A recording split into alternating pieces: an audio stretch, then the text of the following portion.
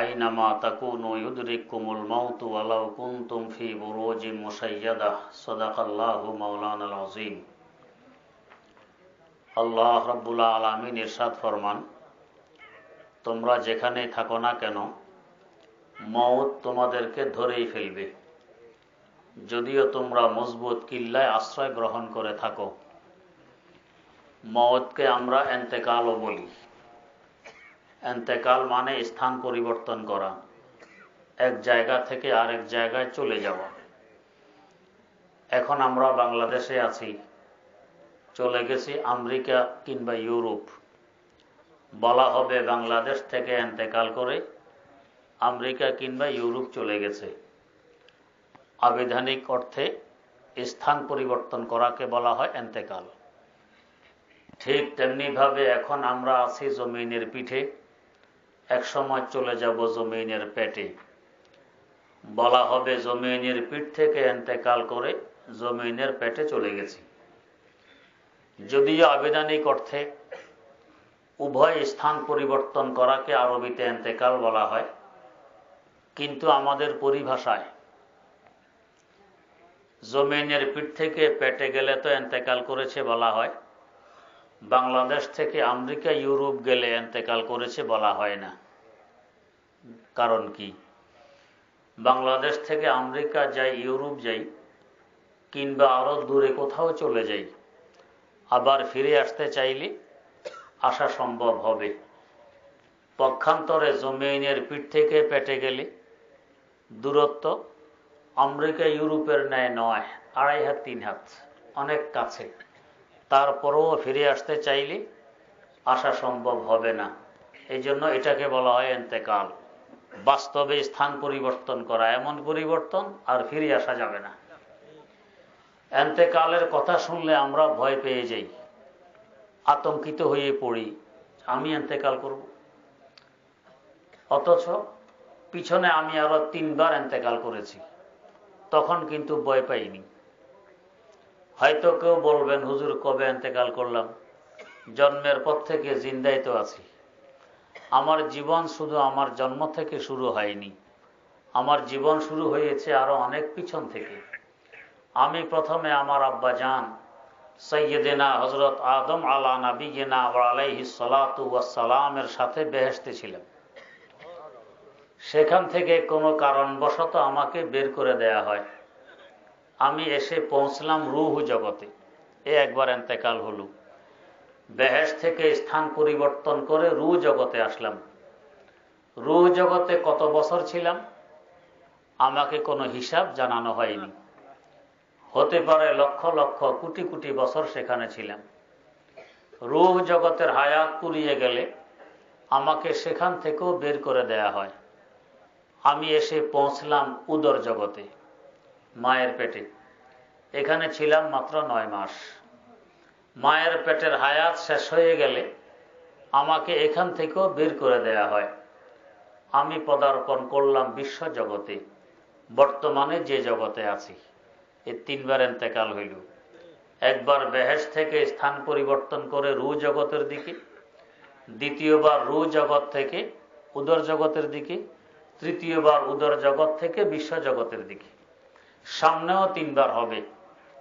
একবার বিশ্ব জগৎ থেকে কবর জগতের দিকে, আরেকবার কবর জগৎ থেকে হাসর মাঠের দিকে, আরেকবার হাসর মাঠ থেকে যদি কপাল ভালো থাকে আমাদের আদি বাসস্থান বাপের বাড়ি জান্নাতের দিকে। আর যদি খোদা না করুক কপাল পোড়া হয়, তাহলে বাপের শত্রু, আমাদের শত্রু শয়তান এবং ইবলিসের বাড়ি জাহান্নামের দিকে আমাদেরকে ইন্তেকাল করতে হবে। এছাড়া তৃতীয় কোনো রাস্তা সেখানে নেই। এই তো মানব ইতিহাসের সারসংক্ষেপ। যেখান থেকে সফর শুরু হয়েছে সেখানে গিয়ে সফর শেষ হবে। মধ্যখানে কতগুলি স্টেশন পাড়ি দিতে হবে মাত্র। কয়েকটি পাড়ি দিয়ে এসেছি, সামনে আরো কয়েকটি পাড়ি দিতে হবে। সামনে স্টেশনগুলোর কথা শুনলে বিশ্বাস হতে চায় না, যেহেতু যুক্তিতে ধরে না। তাই যারা যুক্তির গোলাম, যারা কোরআন ও হাদিসে বিশ্বাসী নয়, এরা এগুলো মানেও না। এরা মনে করে এগুলো সব মৌলবীদের বানানো কথাবার্তা। যুক্তিতে ধরবে কি করে? দুই বস্তুর সাথে যদি মিল থাকে তাহলে এক বস্তুর যুক্তিতে আরেক বস্তু বুঝে আসে। বিশ্বজগৎ আর কবর জগতে তো কোনো মিল নেই, অতএব যুক্তিতে আসবে কি করে? এক জগতেরই তো সব কথা যুক্তিতে ধরে না। এক নাস্তিক চ্যালেঞ্জ করেছে খোদা বলতে কিছু নেই। একজন আলেম দাঁড়িয়ে চ্যালেঞ্জ গ্রহণ করেছেন খোদা আছেন। নাস্তিক বলে আমার 3টি প্রশ্নের উত্তর যদি তুমি দিতে পারো তাহলে বুঝবো তোমাদের খোদা আছে, না হলে খোদা বলতে কিছু নেই, এটাই আমার দাবি। বলো তোমার কি প্রশ্ন, আমি উত্তর দিতে প্রস্তুত। নাস্তিক প্রশ্ন করে তোমার খোদা এখন কি করে এটা আমাকে দেখাই দিতে হবে, 1 নম্বর প্রশ্ন। 2 নম্বর প্রশ্ন, তোমার খোদাকে দেখি না এই জন্য মানি না, আমাকে মানাইতে হইলে খোদা দেখাইতে হবে। 3 নম্বর প্রশ্ন, তোমাদের ধারণা তোমাদের খোদা শাস্তি দিবে জাহান্নামে আগুন দিয়ে। জিন জাতিকেও তিনি সৃষ্টি করেছেন আগুন দিয়ে, তো আগুনের জিন আগুনে গেলে শাস্তি হবে কেন? আগুনের সাথে আগুন মিশলে তো শাস্তি হওয়ার কথা নয়। পানির সাথে পানি মিশলে কি শাস্তি হয়? বাতাসের সাথে বাতাস মিশলে কি শাস্তি হয়? তো আগুনের সাথে আগুন মিশবে, শাস্তি হবে কেন? এই 3টি প্রশ্নের উত্তর যদি তুমি ঠিকঠাক দিতে পারো বুঝবো তোমাদের খোদা আছে, না হয় আমি বিশ্বাস করব না যে খোদা আছে। প্রশ্ন 3টি শোনার পর ওই মৌলভী সাহেব একখানা ইট হাতে নিয়ে নাস্তিকের মাথায় মারছেন, মাথা ফেটে গেছে। এখন নাস্তিক কোর্টে গিয়ে মোকদ্দমা দায়ের করছে যে এই মুসলমান মৌলভীর সাথে আমার অঙ্গীকার ছিল, আমি প্রশ্ন করব 3টি, সে উত্তর দিবে। আমার প্রশ্নের উত্তর না দিয়ে আমার মাথায় ইট মেরেছে, এখন আমি ব্যথায় মারা যাইতেছি, আমি বিচার চাই। কোর্টের তলব হইল মৌলভীর। মৌলভী সাহেব কোর্টে যাওয়ার সময় ওই ইটখান হাতে করে কোর্টে নিয়ে হাজির হয়েছেন। সাক্ষী মুক্তির দরকার নেই। হাকিম সাহেব জিজ্ঞেস করলেন যে এই ভদ্রলোক আপনাকে 3টি প্রশ্ন করার কথা ছিল, আপনি প্রশ্নগুলোর উত্তর দিবেন, আপনার ওয়াদা ছিল। কয় হ্যাঁ। তো উনি প্রশ্ন করেছেন? কয় জি করেছেন। তো আপনি উত্তর না দিয়ে তার মাথায় ইট মেরেছেন? কয় জি ইট মেরেছি। তো প্রশ্নের উত্তর না দিয়ে ইট কেন মারলেন? এই ইট মারার ভিতরে আমার 3টি প্রশ্নের উত্তর নিহিত আছে। এটা আবার কেমন কথা, ইট মারার ভিতরে প্রশ্নের উত্তর? উনি বলছেন ওনার প্রথম প্রশ্ন ছিল আমার খোদা এখন কি করেন তাকে দেখাইতে হবে। আমার খোদা এখন আমার মাধ্যমে তার মাথায় ইট মারাইছেন, এটা দেখাইলেন। 2 নম্বর, উনি খোদা দেখেন না এজন্য বিশ্বাস করেন না, ওনাকে বিশ্বাস করাইতে হলে খোদা দেখাইতে হবে। উনি বলতেছেন উনি ব্যথায় মারা যাইতেছেন, আমি কিন্তু ব্যথা দেখি না, আমাকেও ব্যথা দেখাইতে হবে, না হয় আমি বিশ্বাস করি না যে উনি ব্যথায় মারা যাইতেছেন। কেন কেউ কি কারো ব্যথা কোনোদিন দেখে? দেখে না। যার ব্যথা সে টের পায়, অন্যরা টেরও পায় না, দেখেও না। 3 নম্বর তার প্রশ্ন, আগুনের তৈরি জিন, আগুনের তৈরি জাহান্নামে গেলে শাস্তি কেন হবে? এই নাস্তিকত মাটির তৈরি মানুষ, আর ইট এখানেও মাটির তৈরি ইট, মাটির তৈরি ইট মাটির তৈরি মানুষের মাথায় পড়ছে, ব্যথা কেন পাবে, শাস্তি কেন হবে? এটা তো আমার যুক্তিতে আসে না। তা আমার 3 প্রশ্নের উত্তর ইট মারার ভিতরে আছে, এই জন্য আমি ইট মেরে উত্তর দিয়েছি। তো তাহলে সব কথা এই জগতেও তো যুক্তির আলোকে বোঝা সম্ভব নয়, আর আরেক জগতের কথা যুক্তির আলোকে বুঝবো কি করে? তো যুক্তিতে না আসলেই যে মানব না, এই কথা যুক্তিযুক্ত নয়। যুক্তিতে না আসলে অনেক কথা মানতে হয়। মায়ের পেটের শিশুকে যদি কেউ গিয়ে বলে যে তুমি এখানের জন্য স্থায়ী নও, মাত্র 9 মাস থাকতে পারবে, এরপর তুমি এমন এক বিশাল জগতে পদার্পণ করবে যে জগতের মহাশূন্য দিয়ে প্লেন এবং রকেট উড়াউড়ি করে, যে জগতের স্থলপথ দিয়ে রেলগাড়ি এবং বাস চলাচল করে, যে জগতের জলপথ দিয়ে লঞ্চ এবং স্টিমার দৌড়াদৌড়ি করে, মায়ের পেটের সন্তান কোনোদিন বিশ্বাস করবে? সে বলবে এগুলো সব পাগলের প্রলাপ।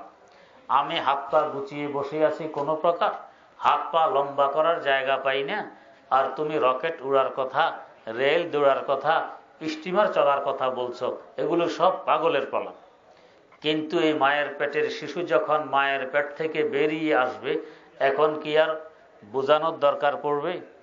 এখন সে সচক্ষে দেখে নিবে এগুলো প্রলাপ ছিল না, বাস্তব ছিল। তেমনি ভাবে পানির নিচে যে সমস্ত প্রাণী বসবাস করে, মাছ ইত্যাদি, এদেরকে যদি পানির উপরের স্থলের কোনো অবস্থা বলা হয়, এরা কি বিশ্বাস করবে? কারণ এদের ধারণা অনুযায়ী পানির জগতেই জগৎ, আর কোনো জগৎ নেই, বিশ্বাস করবে না। এক লোক বড়শি ফেলেছে দিঘিতে, দিঘি বুঝেন? অনেক বড় পুষ্কুণ্ডিকে দিঘি বলে, দিঘিতে বড়শি ফেলেছে। খালি বড়শি ফেললে কি মাছ ধরে? ধরে না। বড়শির উপরে আটার কাই, ময়দার খামির কিংবা বল্লা ভেমরুলের টোভের আবরণ দিয়ে বড়শি ফেলতে হয়। বড়শি ফেলার পর একটি বড় কাতল মাছ আসতেছে দ্রুত গতিতে ওইটা খাওয়ার জন্য। আসার পথে ছোট্ট একটি পুঁটি মাছের সাথে সাক্ষাৎ ঘটে। পুঁটি মাছ কাতলের গতি অতি দ্রুত দেখে জিজ্ঞেস করতেছে, ও কাতল ভাই, এত দ্রুত গতিতে কোথায় যাও? কাতল বলে, ওই যে খাবার দেখা যায় ওইটা খাইতে যাই। পুঁটি বলে, ভাই হাত জোড় করে বলেছি, যতটুকু এসেছো এসেছো, ফিরে যাও, সামনে গিয়ে বিপদের সম্মুখীন হইও না, জীবন হারাইও না। কাতল বলে, কোথায় সামনে বিপদ? পুঁটি বলে, যেটাকে তুমি খাবার দেখতেছো এটাই বিপদ। আমি দেখতেছি কত সুন্দর সুগ্রাণ জাতীয় খাবার, তুমি বিপদ বলতেছো। পুঁটি বলে, ভাই দেখো, এই বিষয়ে তুমি কোনো লেখাপড়া করনি, তুমি এই বিষয়ে অজ্ঞ, আমি কিন্তু এই বিষয়ের মৌলবী, আমি এই বিষয়ে যথেষ্ট লেখাপড়া করেছি। এটা আসলে খাবার নয়, খাবারের আবরণ।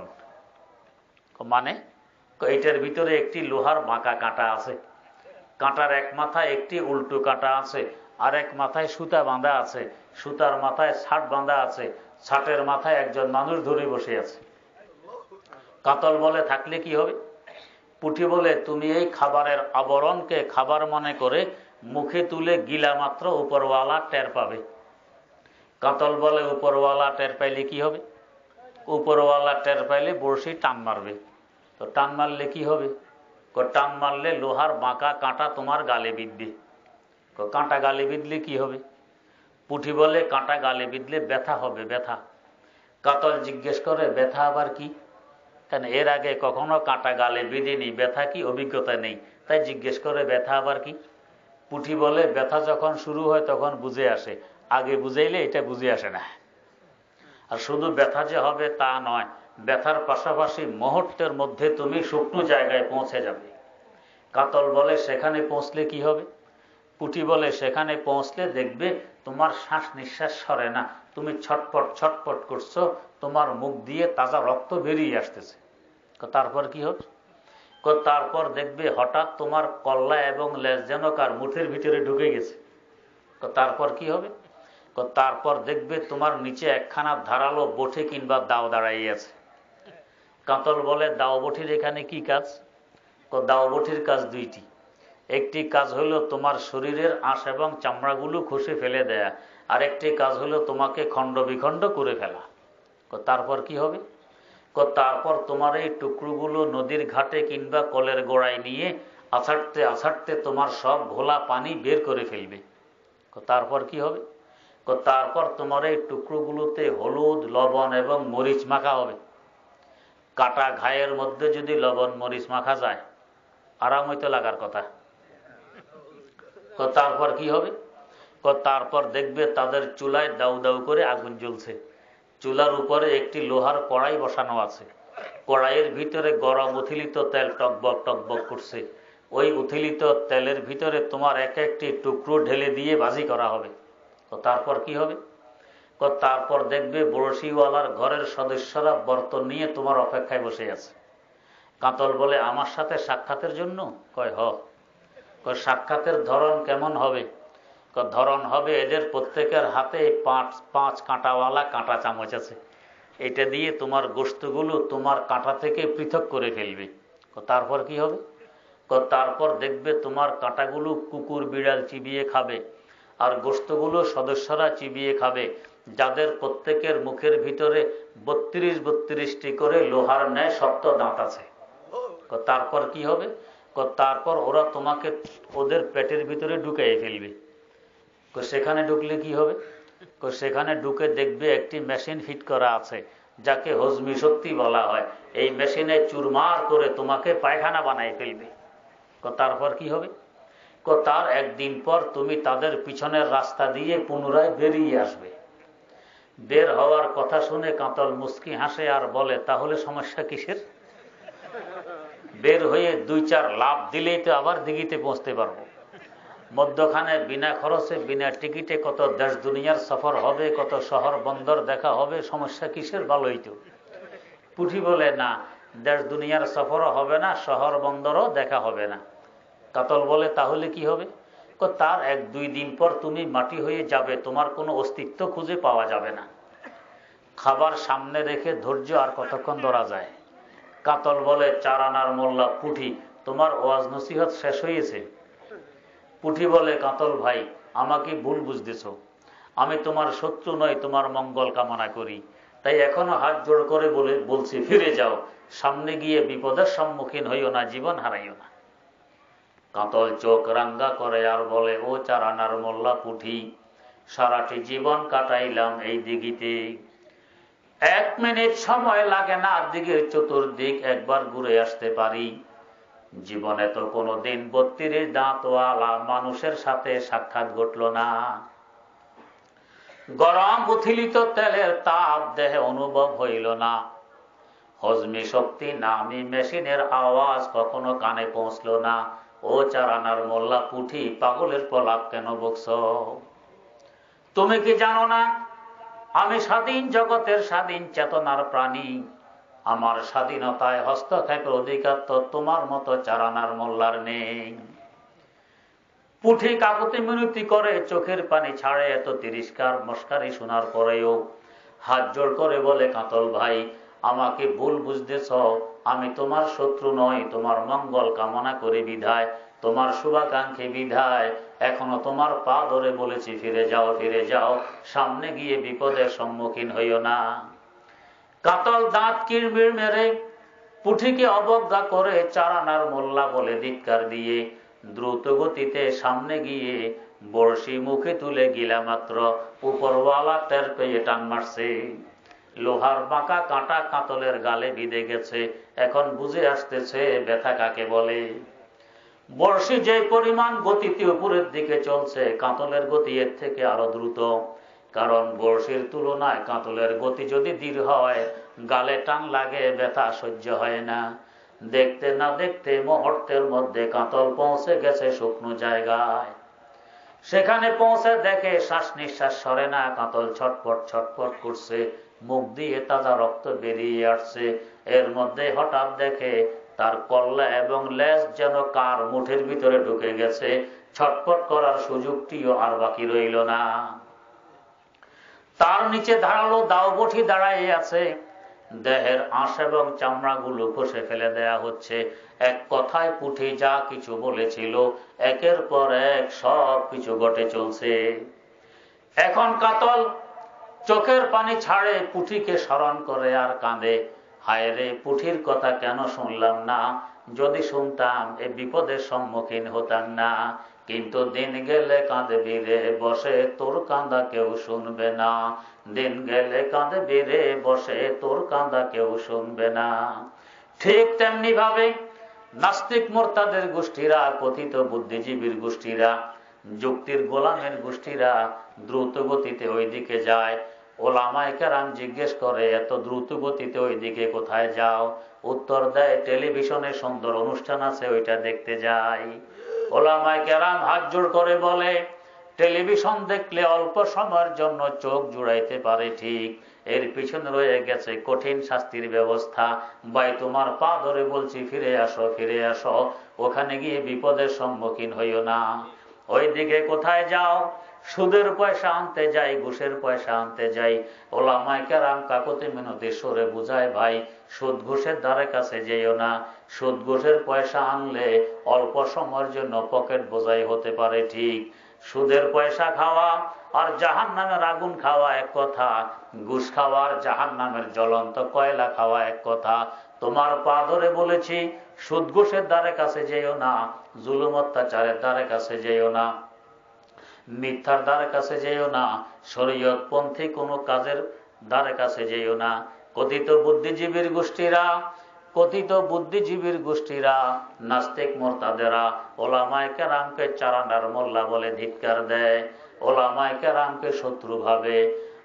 ওলামায়ে কেরামকে চোখ রাঙ্গা করে আর বলে, ও চারানার মোল্লা, আজ থেকে ৪৫ বছর পূর্বে পৃথিবী থেকে ২০ লক্ষ মাইল দূর চন্দ্রে পৌঁছে গেছি আমরা। পৃথিবী থেকে ২২ কোটি কিলোমিটার দূর মঙ্গল গ্রহে পৌঁছার আর সামান্য বাকি আছে। পৃথিবীর চতুর্দিক রকেট যুগে ঘুরে আসতে পারি মাত্র ১৭ মিনিট লাগে। কত সময় মহাশূন্যে কাটাইলাম। আযাব ও গজবের ফেরেশতাদের সাথে তো কখনো সাক্ষাৎ ঘটল না। জাহান্নামের আগুনের তাপ দেহে অনুভব হইল না। ফেরেশতাদের লোহার ডান্ডার পিটুনির আওয়াজ কখনো কানে পৌঁছলো না। ও চারানার মোল্লা, পাগলের প্রলাপ কেন বকছ? তুমি কি জানো না এই বিজ্ঞানের যুগে ১৫০০ বছর আগের পুরানো কথাবার্তা সব অচল। তুমি তোমার কাজে যাও, আমাকে স্বাধীনভাবে আমার কাজ করতে দাও। যেহেতু আমি স্বাধীন দেশের একজন স্বাধীন মানুষ, আমার স্বাধীনতায় হস্তক্ষেপের অধিকার তোমার মতো চারানার মোল্লার নেই। এত তিরস্কারের পরেও, এত ধিক্কারের পরেও ওলামায়ে কেরাম চোখের পানি ছাড়ে, হাত জোড় করে, কাকুতি মিনতির সাথে বোঝানোর চেষ্টা করে। রাতের অন্ধকারে মাওলার দরবারে সিজদায় পড়ে চোখের পানি ছাড়ে আর কান্নাকাটি করে। মুশরিক আনা জিন্দেগি সে দিল তু আব ঘবরা গয়া। ও মাওলা, তোমার বান্দা শোনে না। আমার সাধ্য অনুপাতে বোঝানোর চেষ্টা করেছি, বান্দা বোঝে না। বান্দার অন্তর তো তোমার কুদরতি হাতে। মাওলা, দয়া মায়া করে তার অন্তরটা একটু তোমার দিকে ঘুরাই দাও না। কসর জোড়ে কলবই কারে তোরা, কলব হাকালে তো ফাইলে মুস্তফা, কলব হাকালে তো ফাইলে মুস্তফা। দিনের বেলায় বুঝায়, রাতের বেলায় মাওলার দরবারে সিজদায় পড়ে চোখের পানি ছাড়ে। কথিত বুদ্ধিজীবীর গোষ্ঠীরা বোঝে না। ওলামায়ে কেরামকে চারানার মোল্লা বলে, তিরস্কার করে আর মজাক কুড়ায়। ছুটে গিয়ে বসেছে টেলিভিশনের সামনে, ঢুকে পড়েছে সিনেমা হলের ভিতরে, খেয়ে পেট বোঝাই করেছে সুদের পয়সা আর ঘুষের পয়সা। দেখতে না দেখতে উপরওয়ালা বর্ষি টান মারছে। সাকারাতুল মউত তথা মৃত্যুর যন্ত্রণা আরম্ভ হয়ে গেছে। এখন টের পায় ব্যথা কাকে বলে। ভবিষ্যৎ জীবন সামনে দেখা যায়, চেহারা বিগড়ে যায়, চোখ উল্টিয়ে ফেলে, যাইতে রাজি নয়। কিন্তু যতই নারাজ থাকুক, সময় মতো তোমাকে বিদায় করে দেয়া হবে। ১ মিনিট সময় দেয়া হবে না যে একটু সময় আল্লাহ পাকের দরবারে তওবা করে নিবে। মওত জিন্দেগি মে फर्क किया इसके सिवा, एक कदम मंजिल में है और एक कदम बाहर में है, एक कदम मंजिल में है और एक कदम बाहर में है। देखते ना देखते পৌঁছে গেছে অন্ধকার কবরে। সেখানে পৌঁছে দেখে ওলামায়ে কেরাম কোরআন ও হাদিসের আলোকে যা কিছু বলেছিলেন একের পর এক সব ঘটে চলছে। এখন চোখের পানি ছাড়ে আর কাঁদে, আফসোস করে, অমক হুজুরের কথা কেন শুনলাম না। যদি শুনতাম এ বিপদের সম্মুখীন হতাম না। কিন্তু দিন গেলে কাঁদবি রে বসে, তোর কাঁদা কেউ শুনবে না। দিন গেলে কাঁদবি রে বসে, তোর কাঁদা কেউ শুনবে না। এখন কাঁদলে কি লাভ হবে? সময় তো হাত থেকে চলে গেছে। সব জায়গায় যুক্তি চলে না। এরকম এক যুক্তিবাদী বুদ্ধিজীবী সফর করতেছে। রাস্তায় আসছে নদী, খেয়া নৌকায় উঠছে, নদী পাড়ি দিবে। কিছু দূর যাওয়ার পর মাঝিকে জিজ্ঞেস করে, ও মাঝি, বলতো নদীতে জোয়ার ভাটা কেন হয়? মাঝি বেচারা বলে, স্যার আমি মূর্খ মানুষ, বুঝি না জোয়ার ভাটা কেন হয়। যুক্তিবাদী বলছে, আহা, জীবন কাটাইলে নদীর বুকে, নদীতে জোয়ার ভাটা কেন হয় জানো না, বোঝো না? জীবনের তো ১২ আনাই বৃথা, ৪ আনাই বৃথা। আরো কিছু দূর যাওয়ার পর আবার প্রশ্ন, ও মাঝি বলতো সাগরের পানি লবণাক্ত কেন? মাঝি বেচারা কয়, স্যার মূর্খ মানুষ, বুঝি না সাগরের পানি কেন লবণাক্ত। আহা, জীবন কাটাইলে পানিতে, পানি কেন লবণাক্ত বোঝো না? তোমার জীবনের তো ৮ আনাই বৃথা। আর একটু পরে আবার প্রশ্ন, ও মাঝি বলতো চন্দ্রগ্রহণ সূর্যগ্রহণ কেন হয়? মাঝি বেচারা বলে, স্যার নদীতে জীবন কাটাইলাম, নদীর খবর রাখতে পারলাম না, আকাশের খবর রাখবো। আহা, তোমার জীবনের তো ১২ আনাই বৃথা। এতক্ষণে ঈশান কোণ থেকে কালবৈশাখীর ঝড় উঠছে। ঢেউয়ের উপর ঢেউ, নৌকা যেন এখনই ডুববে। বুদ্ধিজীবীর চোখ বড় বড় করছে, লাল রঙের। মাঝে জিজ্ঞেস করে, কি স্যার আমাকে ধরবেন নাকি? কি তুমি এই মুহূর্তে তিরস্কার করো আমাকে? না স্যার, প্রশ্নের উত্তর দিতে পারলাম না, চোখ দেখি বড় করছেন, মনে হয় আমাকে ধরবে। না হয় চোখ বড় করছেন কেন? দেখো না ঝড় উঠছে যে। মাঝি বলে, স্যার ঝড় উঠলে কি হবে? ঝড় উঠলে এখন নৌকা ডুববে না তো। স্যার নৌকা ডুবলে কি হবে? নৌকা ডুবলে আমরা মারা যাব না। মাঝি বলে, কেন স্যার, আপনি সাঁতার শিখেন নাই? বুদ্ধিজীবী বলে, আমি তো সাঁতার শিখিনি। মাঝি সুযোগ পেয়ে বলতেছে, বাঁচলে এবারে আমার কথা হিসেবে কর পিছে, তোমায় দেখি জীবন খানা 16 আনাই মিছে। অবুদ্ধিজীবী, এতক্ষণ থেকে 4 আনা করে আমার জীবনের 12 আনাকে বৃথা বলে আখ্যায়িত করেছ। যে 4 আনা বাকি আছে, ওই 4 আনা দিয়ে সাঁতার কেটে এই নদী পাড়ে দিয়ে জীবন বাঁচাইতে সক্ষম হবো ইনশাআল্লাহ। কিন্তু ওই 4 আনার সাঁতার না শিখার দরুন আমি তো দেখতে পাচ্ছি তোমার জীবনের 16 আনা তলিয়ে যাচ্ছে এই নদীর বুকে। তোমায় দেখি জীবন খানা 16 আনাই মিছে। তেমনি ভাবে কবর নামে অকুল সাগর যখন পাড়ে দিতে আরম্ভ করবে, ঈশান কোণ থেকে ঝড় উঠবে, তরঙ্গ ধাক্কা মারবে, মার রব্বুকা। ও বুদ্ধিজীবী, তোর পালন কর্তা কে ছিল তাকে চিনস কিনা? দুনিয়ায় থাকতে যে পালন কর্তাকে চিনিনি, চিনার জন্য চেষ্টা প্রচেষ্টা করেনি, চিনবে না। দুনিয়াতে যারা মনে করে আমাকে খাওয়ায় আমার জায়গা জমিন, আমাকে খাওয়ায় আমার ব্যবসা বাণিজ্য, আমাকে খাওয়ায় আমার চাকরি বাকরি, পালন কর্তা চিনবে না। জবাব দিবে, লা আদরি, আমি চিনি না কে আমার পালন কর্তা। এক মহিলা হুজুরকে দাওয়াত করছে, খানা খাওয়াবে। মহিলা বেচারি পর্দা নিশীন। হুজুর গেছেন খানা খাইতে, খানা পরিবেশন করবে, কোনো পুরুষ মহিলার কাছে নেই। মহিলা ঘরের মধ্যখানে পর্দা ঝুলাইয়া এক পাশে মহিলা বসছে, আর এক পাশে হুজুরকে বসাইছে। পর্দার নিচে দিয়ে মহিলা বিরিয়ানির গামলা ঠেলে দেয়, পর্দার নিচে দিয়ে গোশতের পেয়ালা ঠেলে দেয়, পর্দার নিচ দিয়ে মাছের বাটি ঠেলে দেয়। হুজুরের সাথে ছোট্ট একজন ছেলেও আছে। ছেলে খাওয়া দাওয়া বন্ধ করে আশ্চর্য হয়ে পর্দার দিকে তাকাইয়ে বসে আছে। একটু পর হুজুর জিজ্ঞেস করে, এই বেটা, ওই দিকে কি দেখো, খানা খাও না কেন? ছেলে বলে, হুজুর পর্দা দেখি। কি দেখো পর্দার? এমন একটি পর্দায় মহিলা পাইল কোথায়? কি হয়েছে? দেখেন না হুজুর, পর্দার ভিতর থেকে বিরিয়ানি বেরিয়ে আসে, পর্দার ভিতর থেকে মাছ বের হয়, গোশত বের হয়। এমন একটি পর্দা যদি আমরা পাইতাম, বিরিয়ানি বের করতাম আর খাইতাম, মাছ গোশত বের করতাম আর খাইতাম, আর কোনো চিন্তা ফিকির থাকতো? এটা পাইল কোথায়? হুজুর বলে, গোলামের পুত গোলাম, তোর দূরদর্শিতার অভাব, তাই পর্দা পর্যন্ত তোর দৃষ্টি সীমিত, এই জন্য তুই দেখতেছিস পর্দার ভিতর থেকে বিরিয়ানি বের হয়। আমার দূরদর্শিতা আছে, বিরিয়ানি পর্দার ভিতর থেকে বের হয় না। পর্দার ওই পাশে একজন মানুষ আছে, সে ঠেলে দেয়। সে ঠেলে না দিলে পর্দার বাফের ক্ষমতা আছে বিরিয়ানি বের করে। ঠিক তেমনি ভাবে যাদের দূরদর্শিতার অভাব, তারা মনে করে আমাকে আমার জমিন খাওয়ায়, আমাকে আমার ব্যবসায় খাওয়ায়, আমাকে আমার চাকরি বাকরি খাওয়ায়। যাদের দূরদর্শিতা আছে তারা বোঝে জমিনের পিছনে, ব্যবসা বাণিজ্যের পিছনে, চাকরি বাকরির পিছনে আমার মাওলার কুদরতি হাত আছে। মাওলা এগুলির ভিতর দিয়ে কুদরতি হাত দিয়ে ঠেলে দেন, তারপরে আমাদের কাছে পৌঁছে।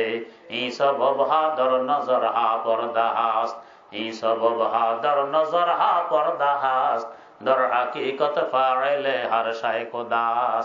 এগুলো সব পর্দা, তার পিছনে মাওলার কুদরতি হাত। যদি মাওলার কুদরতি হাত না থাকতো, শুধু জমিন দিতে পারতো, ফসল কখনো মার যাইত না। যদি ব্যবসায় দিতে পারতো, ব্যবসায় লস হইতো না, সব সময় লাভ হইত। বোঝা গেছে মাওলার কুদরতি হাতে ঠেলে দেয়। তো বুদ্ধিজীবী জবাব দিবে, লা আদরি, আমি চিনি না কে আমার পালন কর্তা। দ্বিতীয় তরঙ্গ ধাক্কা মারবে, ওয়ামা দীনুকা, ও বুদ্ধিজীবী, তোর দিন ধর্ম কি ছিল? দুনিয়া থাকতে দিন ধর্মের ধার যে ধারেনি, জবাব দিবে, লা আদরি, আমি জানি না আমার দিন ধর্ম কি ছিল। তৃতীয় তরঙ্গ ধাক্কা মারবে, ওমান নবিয়ুকা, ও বুদ্ধিজীবী, তোর নবী কে ছিল তাকে চিনস কিনা, তার পরিচয় দে। দুনিয়ায় থাকতে যে নবীকে নিয়ে কটাক্ষ করেছে, নবীর বিরুদ্ধাচরণ করেছে, জবাব দিবে, লা আদরি, আমি চিনি না আমার নবী কে ছিল। সুযোগ পাইলে ওলামায়ে কেরাম তখন বলতে পারবে, ও বুদ্ধিজীবী, দুনিয়া থাকতে আমাকে 4 আনার মোল্লা বলে ধিক্কার দিতে, ওই 4 আনার ঈমান দিয়ে সাগর সাঁতার কেটে কবর নামি সাগর পাড়ে দিয়ে ইনশাআল্লাহ জান্নাতে পৌঁছতে সক্ষম হব। ওই 4 আনার ঈমান না শিখার দরুন আমরা তো দেখতে পাচ্ছি তোমার জীবনের 16 আনা এই কবর নামে অকুল সাগরে তলিয়ে যাচ্ছে, তার নিচেই তো আছে জাহান্নাম। বাসলে এবার আমার কথা হিসেব করো পিছে, তোমায় দেখি জীবন খানা 16 আনাই মিছে। তোমার তো 16 আনাই শেষ হয়ে গেছে। আল্লাহ রাব্বুল আলামিন তাই বলছেন, বান্দা যেখানেই থাকো না কেন মওত তোমাদেরকে ধরেই ফেলবে। অতএব মওত পরবর্তী ঘাটিগুলোর পুঁজির ব্যবস্থা করো। এর পুঁজির জন্যই এই মাদ্রাসা, পুঁজির জন্যই এই মাহফিল, পুঁজির জন্যই হক্কানি পীরি মুরিদি, পুঁজির জন্যই তাবলীগি জামাত। এগুলো সামনের ঘাটিগুলোর পুঁজির জন্য। আল্লাহ রাব্বুল আলামিন আমাদেরকে এই দ্বীনি প্রতিষ্ঠান মাদ্রাসাগুলোর সাথে সম্পর্ক রেখে সামনের ঘাটিগুলোর পুঁজি জোগাড় করে উভয় জাহানে ধন্য হওয়ার তৌফিক দান করুন। সুবহানাকাল্লাহুম্মা ওয়া বিহামদিক আশহাদু আল্লা ইলাহা ইল্লা আনতা ওয়া আতুবু ইলাইক। আব্দুল সালাম কই? আইনামা তাকুনু ইউদরিকুমুল মাউত।